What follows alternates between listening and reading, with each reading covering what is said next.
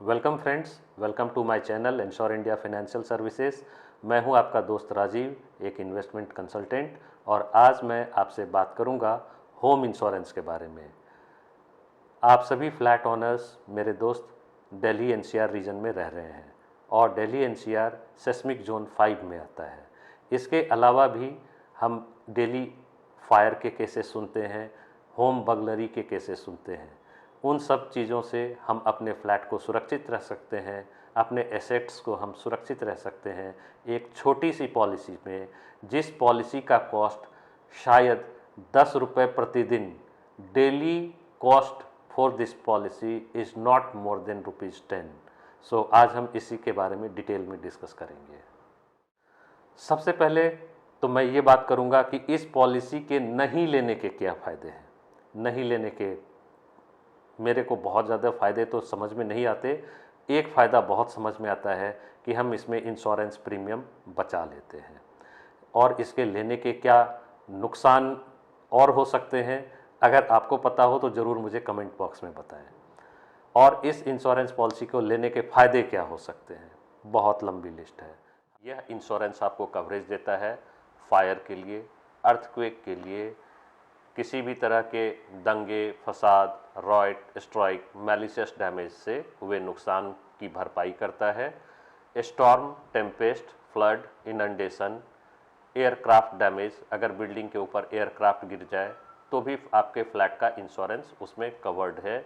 Missile testing, अगर कोई missile वहाँ पे गिर जाए तो भी उसका इंश्योरेंस कवर है। होम इंश्योरेंस एक बहुत ही संजीदा विषय है, क्योंकि हमारे पूरे जीवन भर की कमाई और हमारा पूरा परिवार उस चीज़ को एंजॉय कर रहा है। इस पॉलिसी को लेने से पहले हमें यह समझना होगा कि क्या यह पॉलिसी क्लेम के टाइम में उतनी ही कारगर होगी जितने हम सोच रहे हैं। तो मैं आपको बता दूं, 90% लोगों ने एक तो ये पॉलिसी ली नहीं है, और जिन लोगों ने ली हुई है, आई एम वेरी श्योर 90% लोगों ने इफ़ेक्टिव पॉलिसी नहीं ली हुई है। चाहे उन्होंने बैंक के दबाव में या किसी ने उन्हें अच्छी सलाह ना दी हो, उस हिसाब से उन्होंने ये पॉलिसी ली हुई है। मैं इसमें दो टर्म यूज़ करूँगा, रीइंस्टेटमेंट वैल्यू एंड एग्रीड वैल्यू। अब हम आते हैं रीइंस्टेटमेंट वैल्यू। इंडिया में 90% कंपनियों के पास इस तरह की पॉलिसी इशू करने के लिए रीइंस्टेटमेंट वैल्यू का यूज़ करते हैं। रीइंस्टेटमेंट वैल्यू है क्या? रीइंस्टेटमेंट वैल्यू है कि अगर मेरी बिल्डिंग को क्लेम आए तो उसे वापस बनाने पे, रिकंस्ट्रक्शन के लिए जितना कॉस्ट आएगा, इंश्योरेंस कंपनी उतने ही आपको क्लेम देगी। एक एग्जांपल देता हूँ। मेरा फ्लैट 2000 स्क्वायर फीट का है और मार्केट में इसकी वैल्यू 1 करोड़ की है, 5000 रुपये पर स्क्वायर फीट की। यह इस बिल्डिंग का, इस फ्लैट का सेल्स वैल्यू है। अगर मैं आज नया फ्लैट खरीदने जाऊँ तो मुझे 1 करोड़ रुपये खर्चने होंगे। अगर अर्थक्वेक में यह फ्लैट पूरी तरीके से डिस्ट्रॉय हो जाता है तो कंपनी मुझे 2000 स्क्वायर फीट बनाने के लिए ही पे करेगी, और कॉस्ट ऑफ कंस्ट्रक्शन आज की डेट में 1500 रुपये पर स्क्वायर फीट से लेकर के 1800 रुपये पर स्क्वायर फीट तक है। यानी मुझे क्लेम मुश्किल से 30 से 35 लाख रुपए तक का ही मिलेगा। हो सकता है मैंने 1 करोड़ का इंश्योरेंस करवाया हो तो भी मुझे 30-35 लाख का क्लेम मिलेगा, और मैंने अगर 30-35 का ही, अगर सही जानकारी हो तो भी हमें 30-35 लाख से ऊपर का इंश्योरेंस क्लेम मिलेगा ही नहीं। तो क्या आपको लगता है ऐसी स्थिति में जब आप इतने बड़े लॉस में हो तो आपको 30-35 लाख रुपए से सेटिस्फैक्शन मिलेगी? कतई नहीं। दूसरी बात, यह क्लेम भी आपको तब मिलेगा जब रिकंस्ट्रक्शन वर्क स्टार्ट होएगा।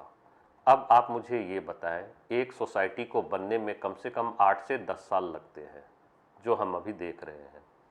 तो क्या आप 8 से 10 साल तक वेट करेंगे उस 30 से 35 लाख रुपए के लिए, जबकि आपका आपके लोन की ईएमआई भी चल रही होगी, आपकी दूसरी जिम्मेदारियां भी होंगी, और घर भी आपके पास नहीं होगा?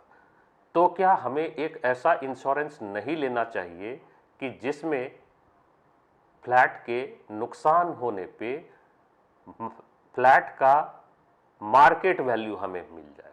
सो दैट हम अपनी ईएमआई पूरी कर दें और बचे हुए पैसे हम अपने पास रख लें, या फिर उसी पैसे से हम अपनी मर्जी का फ्लैट तत्काल दूसरी जगह ले लें।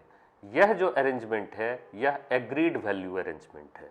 तो मैं जो आपको जिस पॉलिसी के लिए सजेस्ट करूंगा, एग्रीड वैल्यू क्लॉज के साथ ही सजेस्ट करूंगा।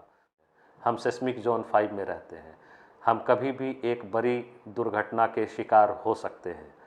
अगर हमारा फ्लैट, सपोज हमने 1 करोड़ का फ्लैट लिया है और लगभग 80% 90% लोगों के फ्लैट तो ईएमआईज़ पे हैं, तो कभी भी अगर ऐसी घटना होती है और मकान को नुकसान पहुंचता है, फ्लैट को नुकसान पहुंचता है, आप उस फ्लैट में रह नहीं सकते। ईएमआई तो आप फिर भी देंगे, क्यों? ईएमआई तो आपको देना ही पड़ेगा, बैंक को अपनी ईएमआई तो चाहिए ही चाहिए। इस पॉलिसी से आप अपने सारे नुकसान की भरपाई कर सकते हैं और ईएमआई को भी पे कर सकते हैं।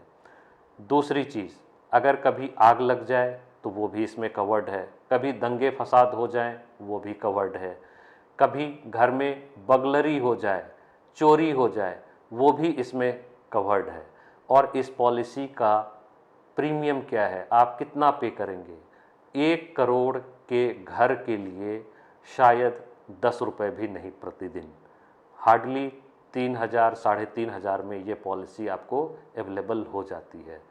और ज़्यादा जानकारी के लिए आप मुझे हेलो लिख के भेज सकते हैं इस व्हाट्सएप नंबर पे, आप मुझे मेल कर सकते हैं इस दिए हुए ईमेल पे, या फिर आप मेरी वेबसाइट भी विजिट कर सकते हैं।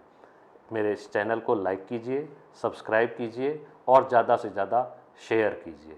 Thank you very much.